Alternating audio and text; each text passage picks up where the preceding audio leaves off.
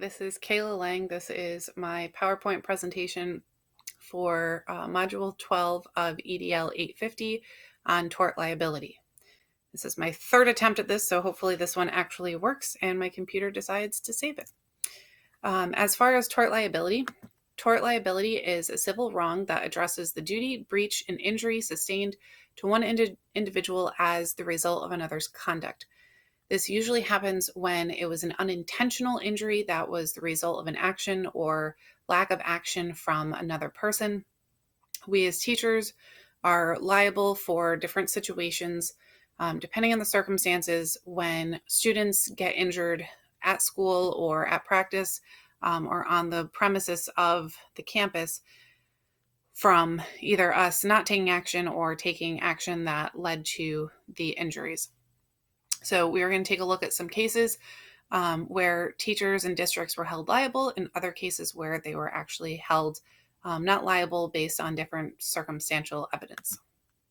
The first one is about a teacher, Camo, and this teacher was sued for assault on a student. The teacher was subbing for another class during the day at the school. This class was taking a quiz during the time that they were subbing. There was two students that were getting rowdy. I think they ended up throwing things in class, and the teacher had the two of them removed because it was a testing environment and they were affecting the focus and ability for other students to perform their educational tasks.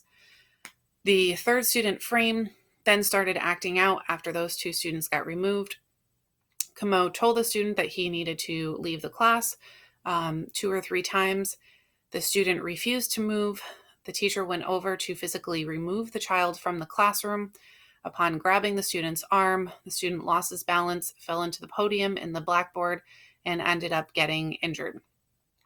The result of the case was that although Camo did commit battery, he was justified in doing so because the student was interrupting the learning environment and he needed to maintain order in the class. So his actions were justified for the circumstances.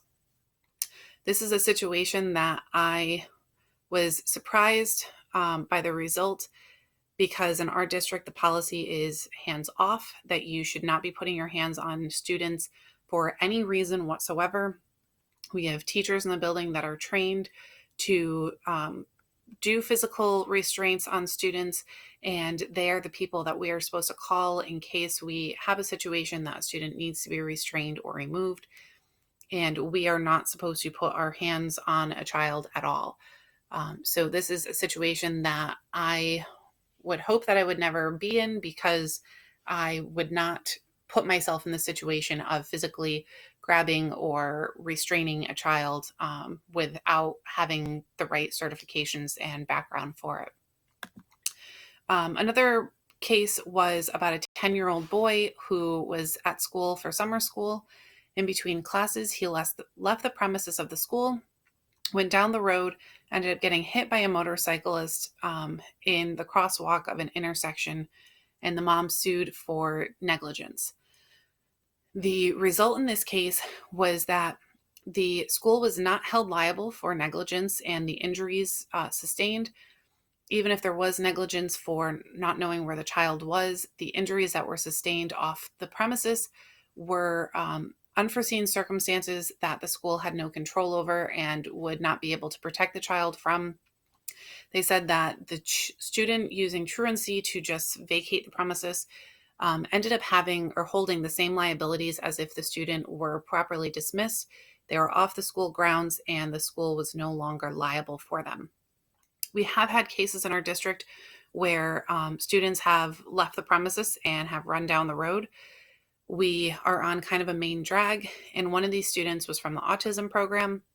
They were much faster than their teachers, ended up getting down the road into the middle of traffic. Luckily, a woman who was a bystander stopped the traffic and got him safely to the sidewalk. And then the administration and personnel from school was able to get the child. This was not even a case of negligence necessarily, just a case of having a student be faster and have the adult be less out of shape than the child. but it is a situation that can happen in a split second. You turn your back for 1 second and a child could be gone and out the door. So it was kind of reassuring that the school wasn't liable. Although if the child did end up getting injured, it's never a good situation. It's not a situation any of us would wish upon our students, even if they were a summer school truant child who may be the source of some pains. But it's something that just makes you really make sure that you know where your child or children are.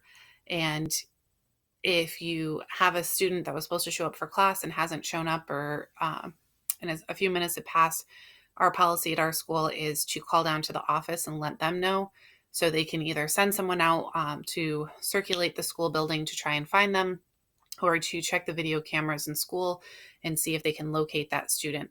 Sometimes they just end up being with another teacher and have a pass and it's legitimate. So in that case, you just call the office back and let them know that the student came with a pass and that everything is fine. The next two situations are both teacher and coach related. I'm a basketball coach for my middle school girls team, and these are some of the things that I worry about happening, because you can't be everywhere at all times and you can't foresee everything that's going to happen. This first situation is Flanagan versus Canton. Flanagan was a fifth grade student who was pushed during the locker room while changing after PE. He ended up sustaining injuries and needing an emergency splendectomy. The situation before the incident happened was that in the PE class, it got kind of rowdy and out of control. The teacher ended up stopping the class, sitting everyone down, and having a talk with them before sending them to the locker room to change. The teacher stayed behind to talk to one student particularly about their behavior and addressing some situations, instead of being into the locker room with the rest of the students. The result of this was that, due to the fact that there was a circumstance that happened before the incident that warranted extra supervision, and that the teacher should have realized that there could be something that's going to escalate and happen and I need to be there, the teacher and the district were actually found liable in this case. And it's something that, as being in an inner city, you start to realize when things are escalating, and it comes with experience. So if you're a first year teacher, it's hard, but you start to realize when you need to be somewhere and when something is going to happen that is going to be above and beyond what's normal. So situations like that, especially if things were getting out of control in class, I would make sure that I followed them and supervised the whole and tried to talk to that student personally after. It's really hard to find time to talk to the students and try and discipline and reason with them one-on-one, which is the way that we're asked to do it. But there's just not enough time in the day, especially when you're trying to watch 30 other kids at one time. So this is a difficult situation, but given the fact of what happened in the gym class, I personally would have made sure that they were supervised afterwards, and would have tried to find another time to talk to the student that I was trying to personally talk to. And the last one is Barrett versus Wichita Public School System. Barrett was a 12th grade student who was attending football practice at the high school. He ended up not feeling well. His coach told him to go get a drink and relax for a little bit. Barrett put himself back into the drills. He again wasn't feeling well, so he asked if he could sit out from a particular drill. The coach said, yeah, why don't you go get a drink? Upon getting a drink in the second round, he ended up collapsing. The coach called for emergency services, but the child died in the hospital the next day. This is the worst case scenario for any coach or any teacher, is to have one of your students or players end up dying for any reason, whether it was your fault or not. And in this case, the district wasn't found liable because it was a practice, and the practice was on a recreational facility that was open to the public. And in order to be held liable, there would have to be gross wanton negligence that was evident. So because there was none, it was a situation that kind of it happened. They took as many protocols as possible. It wasn't because there were faulty facilities or something that happened that was the school's fault necessarily, or the facility's fault. It was, I don't know the case specifically as far as his medical background, but it probably has something more to do with medical preconditions and things like that. But it's just a scary and hard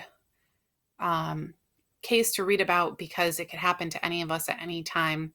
And even if it's not found that we're held liable, it's still not a fun situation to be in. As far as most of these situations, I would hope that basic common sense would come into play.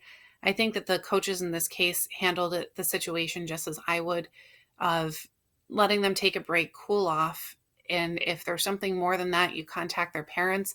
But if they're 12th grade, so he's probably around 17, 18, at that point, children, you would think that children would have a better idea of their own bodies and know where their limits are. So you would look to them to tell you what's really happening and if they need kind of further medical oversight. But when it goes back to your physically putting your hands on a child or leaving them alone for instances when you have a feeling that things are escalating, it's kind of using common sense of, is this a situation that needs supervision? Is this a place where I should reach out and get extra help or handle this situation a little differently? So hopefully in the future, some of these cases, people will take that into consideration.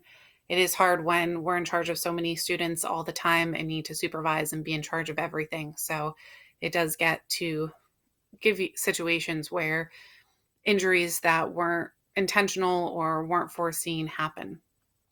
And the last thing for this presentation is just my references of the definitions and the cases that I found. Thanks.